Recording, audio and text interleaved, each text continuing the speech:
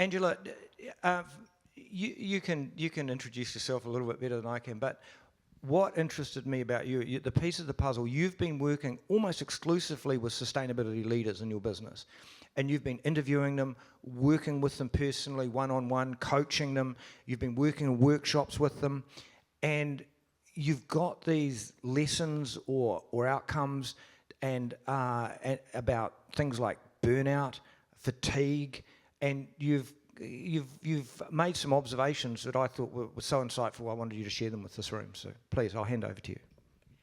Thank you, Jeff, for the invitation and the very generous introduction, and for your sponsorship, Glenn and Paul. Appreciate that.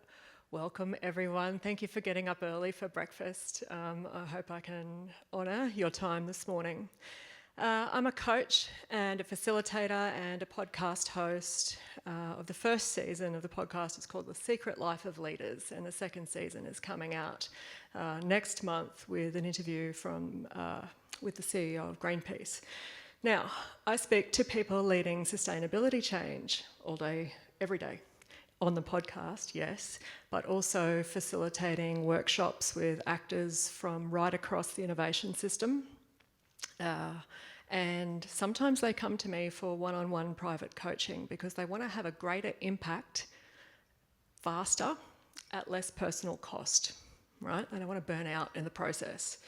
And I thought I might highlight some of the themes that I've noticed. I'm developing a leadership model. Everyone's got a leadership model. I'm going to have one soon, specifically for sustainability change leaders, because I noticed in working with you that it's a far more complex game than manufacturing widgets, okay? You're trying to affect, in many cases, system-level change by playing a really constructive part and bringing your unique talents and kind of gravitational pull in your part of the system, right?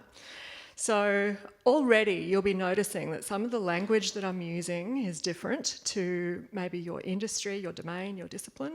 Bear with me, hang in there, okay? 3 themes. They are around complexity and how we deal with complexity.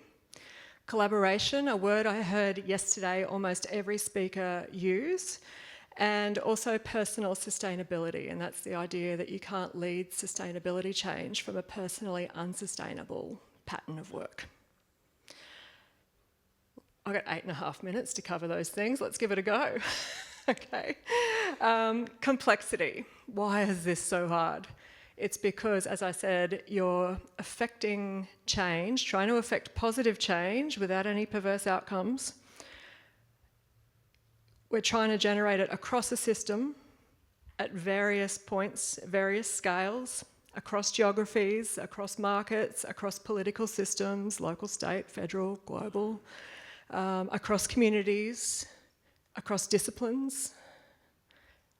This was my experience of hearing the panel discussions yesterday. My brain was kind of reorganising itself around the integration of all of the information that I heard in that complex mix. Now, what I've seen sustainability change leaders who manage this well do is that they hold space for the complexity. They understand that particularly at the beginning of a change process or a beginning of initiative, we need to open up. We need divergent, diverse contributions to our challenge and our problem. And then they also know when to converge. They know when to find those threads of agreement from the different collaborators they've brought together. And they know when to pull the thread of agreement through that, which is the hardest thing about collaboration and the hardest thing about complexity. How do I trust myself to read this complex environment so that I know where my impact, where I can create the greatest impact? Yeah. And I personally steer my clients away from, I was just discussing this with someone this morning, trying to educate the masses and the deniers and the reluctant people in the general population, and go where the momentum is, go where the ready audience is, go where the gravitational pull is, and get some track record, get some runs on the board, and watch those results attract your tribe. So I wanted to acknowledge this experience of complexity yesterday, and also last year I facilitated a process which I won't name explicitly, but where we did a deep dive with 400 or more national experts into the likely impacts of climate change at the national level. And man, did I get some anxiety from that, from seeing the data, from hearing all of this complexity. And I just wanted to normalise for you on this topic of complexity the internal experience that we have when we're faced with all of this external complexity. It's okay, you're not alone, and we're all here to help each other hold space for that. So, first point, it's complex. Telling you what you already know. The second point around collaboration, I was really heartened yesterday when Dr. Nicola Watts in your presentation said we can't just address this through, if the language might not be perfect, but the hard structures of policy, technology, infrastructure, finance. And I personally have the belief from working from all of you that sustainability challenges are socially constructed. They're a result of our mindsets, our attitudes, our decisions, our behaviour, our beliefs, thank you. And therefore, we need to put people at the centre of our solutions. I would love, personally, to see more social science integrated earlier in all of our sustainability approaches: sociology, anthropology, psychology, political science, economics, because then we can start to understand that we can't just influence behaviour change with a great piece of technology or a new policy platform. We've seen those things fail and fall over. We need to influence how people think about and engage with sustainability.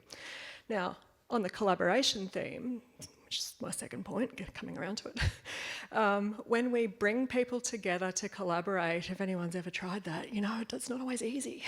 We're bringing in different vocabularies, we're multidisciplinary, and beyond that these days, we're transdisciplinary, and that's the beautiful thing that happens at and beyond the intersection of multidisciplinary conversations.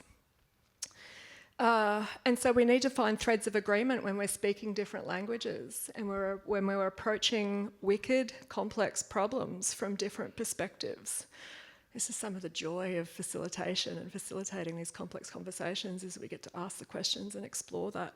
But I want to acknowledge the centrality, the necessity of collaboration for creating impact at scale, because obviously, the old adage, together we can do more than we can do by ourselves, but really, if you want to feel supported, if you want partnership, if you want diverse input, if you want genuine innovation, you're going to need to collaborate.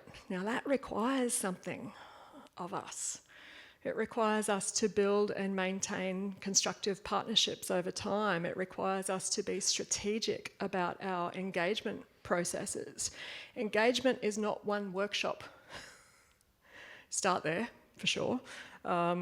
It's how organically communities of practice form around common values and principles. It's often the conversations that happen outside of those workshops that you don't even know that you've created. But in any case, we want to take a long-term perspective on collaboration. If you remember anything from this chat, remember that you cannot lead sustainability change from a personally unsustainable way of working. Okay, and I'll just get you to think about where in your life, where in your pattern of work and contributing, are you not currently sustainable? Most people will know. It's my sleep, it's my diet, it's the glass of wine I have at 5 o'clock, it's that my networks aren't as healthy or fulsome as they need to be, it's that I'm not up to date with some of the things in my domain that I need to be across. There'll be a range of factors.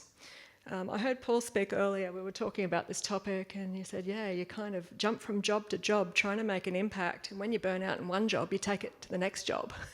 You take that exact same approach to work to the next job.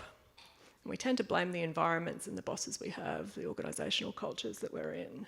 But at some point, we need to take personal responsibility for the approach that we're bringing and when we understand that when we can turn up in full personal responsibility in our little place in this broad, complex system, and we model that for ourselves and others, people will start to notice. They say, oh gee, your relationships seem good, or your results seem consistent, and you're not burning out in the process. Teach me, how do I do that? And you become a model. And so in terms of personal sustainability, another factor in that I wanted to mention, it's come through in some of my conversations. I was talking with Edward yesterday. We want the insides, our interior experience of leading sustainability change, to match the outsides, the impact that we intend to have in the world. And you will know when that's out of alignment, because you'll start to feel tired and burned out. We need to think about, from our place in the system, how can I, with my networks, have the greatest positive impact in a way that is aligned with me, okay? And what do I mean by alignment? I mean that my values are being lived, that my relationships are healthy and sustainable professionally and personally, that I'm living in a hyper-local way at home in a way that supports the sustainability impact I'm trying to have in the world, because that's the place, by the way, that you get hope and optimism when the external results aren't coming. And so these are the three themes, the challenges for leaders that I've noticed most as I facilitate and coach. And the podcast is not for world fame, although I'm very open to that. It's because I wanted to speak with people leading really complex change and ask them some very specific questions about the complexity of their operating environment, the leadership strategies they bring to that, and how they personally sustain themselves in the complexity of those challenges. And in season 1, I spoke to our acting chief scientist at the time, Professor Bronwyn Harch. I spoke notably to the head of the United Nations Relief and Works Agency in Gaza. That was about 6 weeks before the conflict started. He's got a tough job. Episode 3, if you're interested. And I speak to a really diverse range of people across. Anyone contributing to the Sustainable Development Goals basically qualifies, who I see is working in alignment with themselves, living their values through their work and creating that sort of gravitational pull through their networks. So that's what you can hear on The Secret Life of Leaders.